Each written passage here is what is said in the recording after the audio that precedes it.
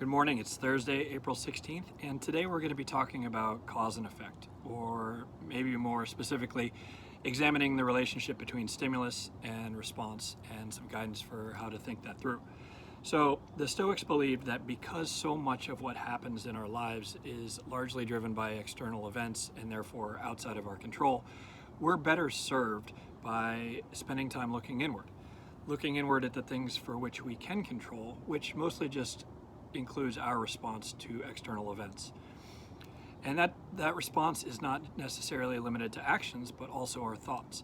And Marcus Aurelius reminds himself, you have the power over your mind, not outside events.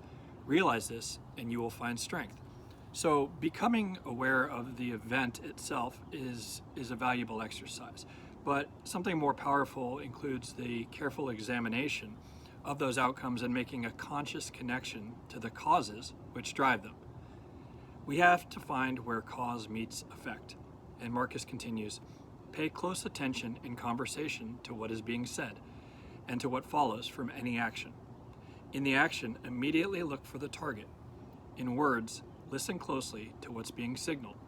Now, the author Ryan Holiday summarizes nicely when he says that only when this is done can negative behavior patterns be broken. Only then can real life improvements be made. So let's go through this exercise for something extremely relevant right now.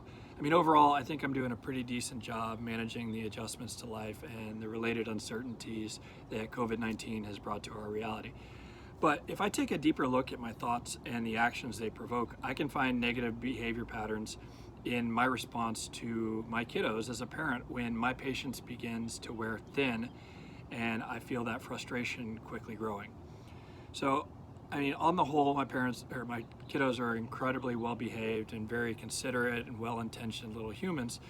Yet over the last few weeks, I've found myself with an extremely short fuse, which materializes into an unmeasured response on my part.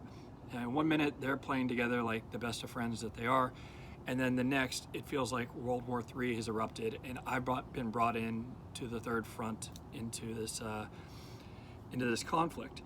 And this is clearly not the stimulus and response that I want to be the default. So if I apply Marcus's instruction to follow the cause and effect, I realize that the tension that erupted between the two of them and brought me into the mix is just a manifestation of a whole other set of inputs that I need to consider. I mean, these kids are living in a world that none of us adults have ever experienced. They haven't seen or played with any friends besides each other for nearly a month. Excluding walks or their scooter rides, they haven't been anywhere in nearly as long. I mean, they, without warning, had their school day and their normal routine taken away from them, which deprived children from that structure and stability that they really need to thrive. And their parents aren't always immediately accessible, as our regular jobs, which were something that were largely hidden from their view, now demand our attention. And the list goes on. But having thought this through, I'm in a much better position to respond in a more constructive manner the next time that things begin to escalate.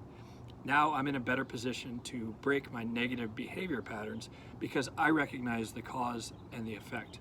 So what does that mean for me? Well, for today, I blocked my morning from all work meetings so that I can take the kids to the Arboretum. Let them run around in nature, let them get the space to play, the freedom to do what they want, and have my undivided attention. Now, maybe that lengthens the time before the next meltdown, and maybe it doesn't, but it's definitely worth a shot. And at a minimum, having thought this through more critically, I am better set up to interpret this stimulus and determine the appropriate response the next go round. Anyways, hope you found this exercise useful. Have a great day. Bye.